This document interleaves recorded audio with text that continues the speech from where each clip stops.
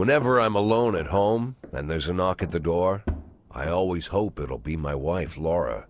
She's always forgetting her keys. Hello, my name is Steve, and you're Jack Boyd, is that right? To get to my front door, the Bible boys walked about a mile from the local bus stop, jumping over mud puddles and skirting a couple of landfills. Laura doesn't go in for religion either, but according to her, these brave lunatics with their fake smiles deserve at least a minute of attention. She patiently listens to them, asks them questions, regales them with pastries, and never once dropping a hint of condescension. When I watch her do it, I've got to admit it gets me. I'd have hugged those boys, sat with them on the porch, and lit up a cigar. But a month after Laura left, all I could do was quietly ask them not to bother me. Today I'm a little rougher still. Shut the door on his nose this time. Another couple weeks at this rate, and I'll be greeting anyone who comes close with my service pistol pointed towards the sky, ready to fire my warning shots. In my life, even the basic stuff never goes like it's supposed to. Normally, when a wife is going to leave home, she'll make a scene, or at least sit everyone down for a serious conversation. But Laura just disappeared. The children in the stories always stand on the side of the mother, but all three of our sons supported me. The in-laws always blame the husband for making their daughter unhappy. But now Sally, Laura's mother, well, we sort of have a pact. The fellow Laura ran off with is young enough to be her son. I hear he's 30 years old. Of all the possible information a man can know about his wife's lover, I get hit with that.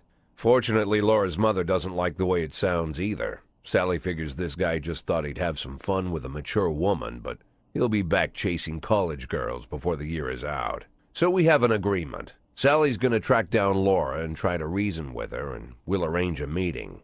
Meanwhile, I'm supposed to not do anything stupid, which of course means anything at all. It's a crazy situation. I'm the police chief, and the person I'm trusting to find my wife is an old woman armed with a phone book. But I can't afford to lose Sally as an ally. So for the moment, I had to swallow my pride.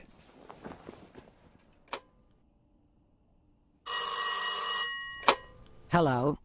Mrs. Markham, this is Boyd. Oh, is there any news? That's what I wanted to ask you. Have you found anything? An address, phone number? Have you spoken to her? Don't worry, Jack. I've narrowed the range to 2 suspects, or whatever you like to say at your police building. At my police building, we find people faster than a funny old woman chirping on the phone with my wife's girlfriends. Oh, you're an old man, Jack. Come to your senses. They'd give us straight odds on the street.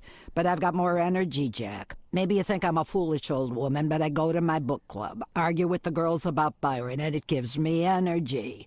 I talk to my dogs, and it gives me energy. And you have nothing, Jack. You don't even have a hobby. You got no passion. It's why Laura left you. Let's not go back into that, Sally. Find my wife, and we can discuss my hobbies later. I'm waiting for your call, and my patience is running thin. Laura, if you've stopped loving me, I'll let you go. I can't expect the impossible from you. Just don't let me die out here, okay?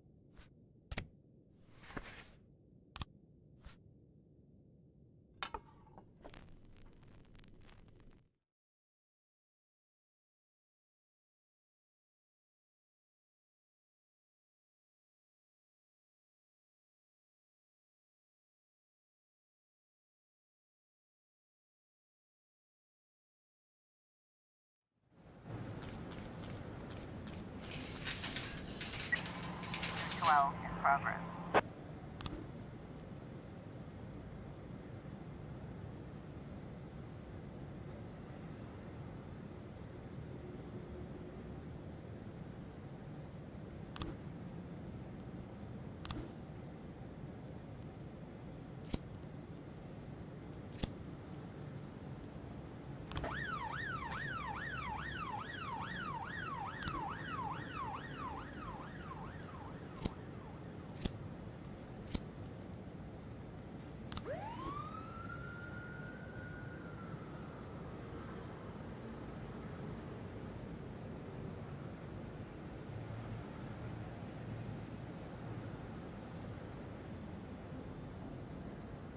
One 13B in progress.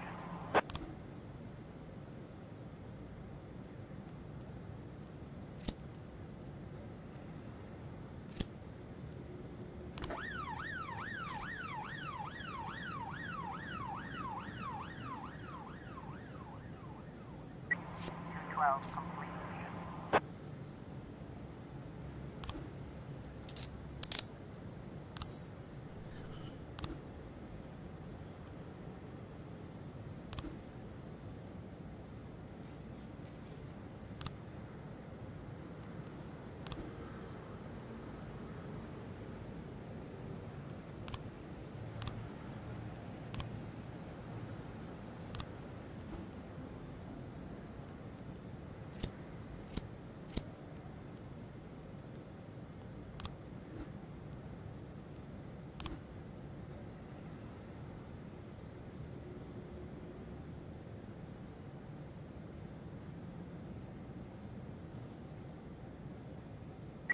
Twelve 10 in progress.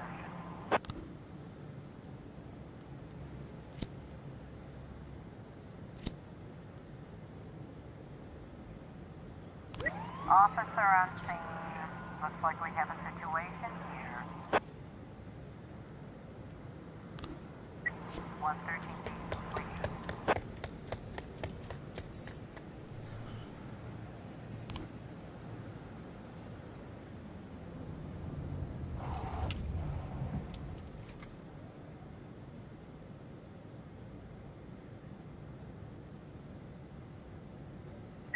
Twelve 10 complete.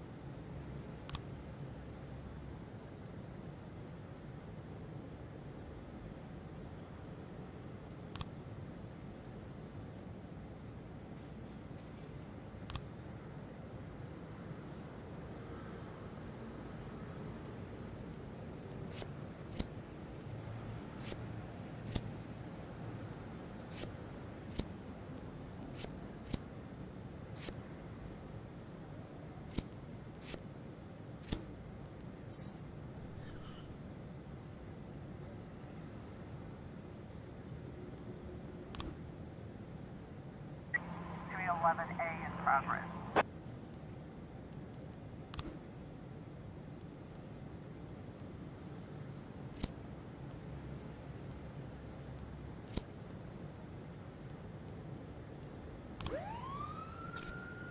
Three 11A in progress.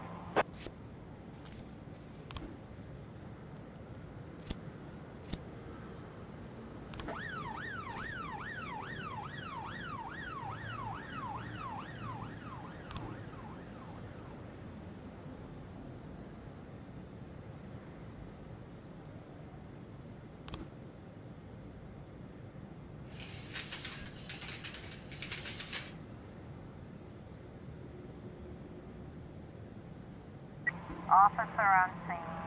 Looks like we have a situation here.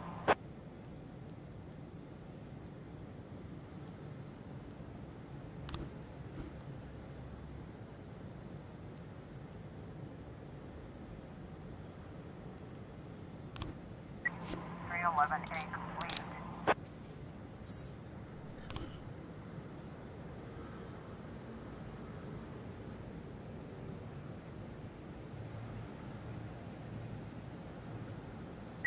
(311A) complete.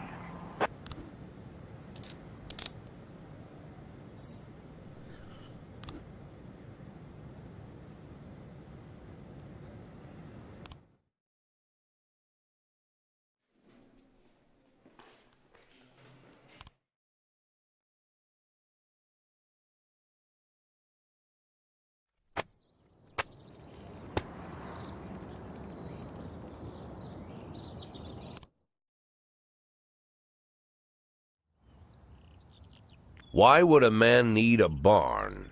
To store all the stuff you can't bring home. About 30 years ago, back when I was young and interested in farming, I carried all kinds of junk home. After a day in the field, I'd come home with buckets, shovels, dirty boots and clothes, and instantly transform the living room. But even back then, there's something I always kept in the barn.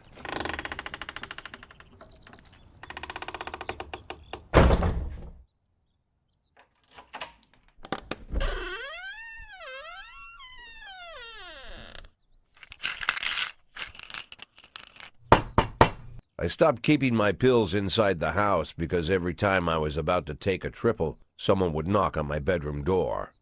Now they're knocking on my barn door. Well, fine. It's not every day that someone comes to visit your barn. In all the years we worked together, Kendrick never came to visit the house. We drank at bars, went fishing, went to the mountains, even chased off some poachers one time. But he never came for dinner with the family. We never watched football over here. And now he's brought his friends to visit my barn. I always try to look unsurprised, like it's an everyday thing to get visitors at the old barn, especially guests with their own personal bodyguards. But Kendrick is sharp enough to see he's caught me with my pants on backwards. Sorry for the surprise, Jack. We saw you from the car. Figured we'd find you in here. I'm going in for a minute, fellas. These guys will wait outside.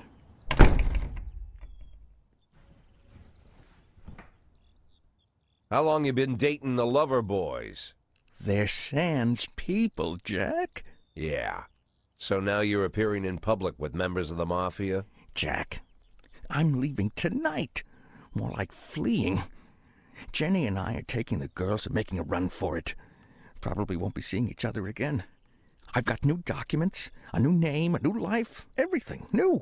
The papers say you're still working your last week for the department. I've got to get out today. I won't be getting another chance. Don't know if you noticed, but the whole city is against me.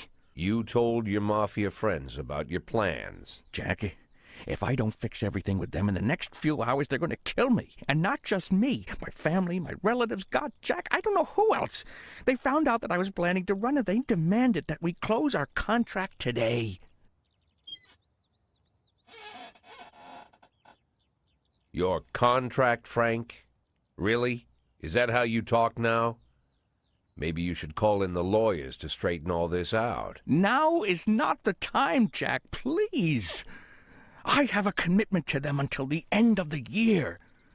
They need an inside line at police headquarters. I can't just give them back the money. That's not how the Mafia works. If I can't find someone I can trust tonight, I'm dead. You know me, Jack. I wouldn't ask you if I wasn't afraid they'd cut my daughters to pieces before sunrise.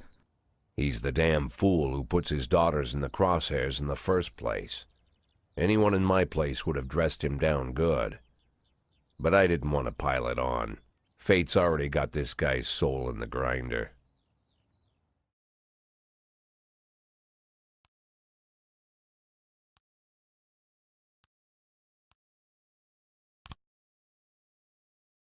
Give him my phone number and tell him it's done.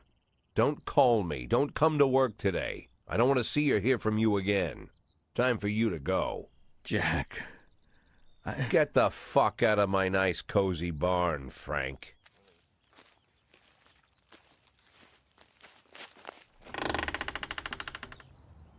At the time, I was trying not to think about what just happened.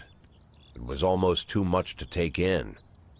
I'm probably the most popular police chief in the history of the city, and I have to admit, I've thought about that more than once, sometimes with a little pride even. In one of the features they wrote about me in the papers, they said it pretty plain. He catches the criminals. Believe me, high praise like that is unheard of in Freeburg, especially for a cop. And here I am, the person who catches criminals, and I've agreed to help the mafia, or I'll come home to a bag stuffed with my kids' body parts. Right before the last hammer falls. Hey, remember that cop who caught criminals? It turns out he was a mafia bitch. And all for the sake of a greedy, corrupt cop who should have fled the country years ago. That sound right to you?